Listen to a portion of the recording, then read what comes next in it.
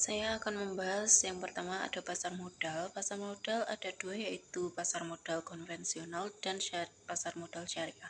Pasar modal konvensional di sini berfokus pada keuntungan finansial, sedangkan pasar modal syariah mengutamakan keberkahan, etika, dan prinsip Islam.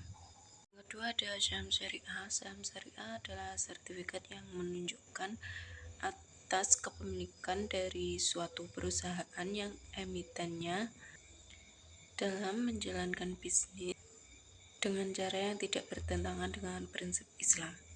Selanjutnya ada sukuk negara atau surat berharga syariah negara. Sukuk adalah nama lain dari obligasi. Sukuk merupakan suatu sertifikat aset yang dapat digunakan untuk membiayai pembangunan.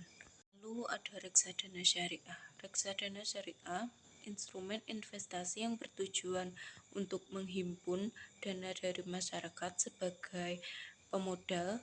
Jadi reksadana syariah adalah reksadana yang pengelolaan dari kebijakan investasinya kepada syariah Islam.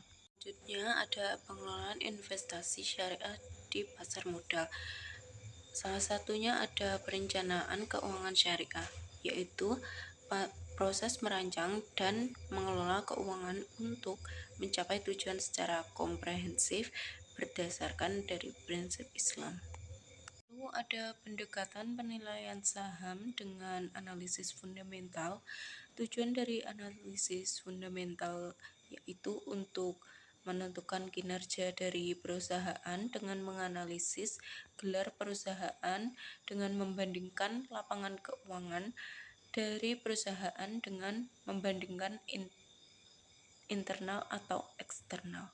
Selanjutnya ada pendekatan penilaian saham dengan analisis teknikal.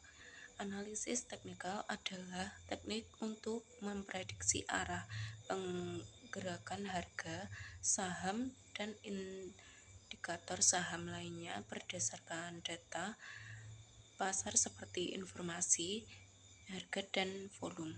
Selanjutnya ada proses perusahaan go public.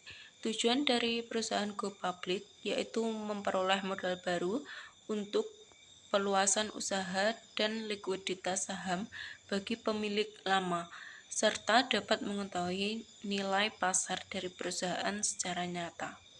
Dan yang terakhir ada operasional dan perdagangan efek. Efek dalam pasar modal adalah instrumen kekuatan yang dapat diperdagangkan yang mencakup dari klaim atas aset atau pendapatan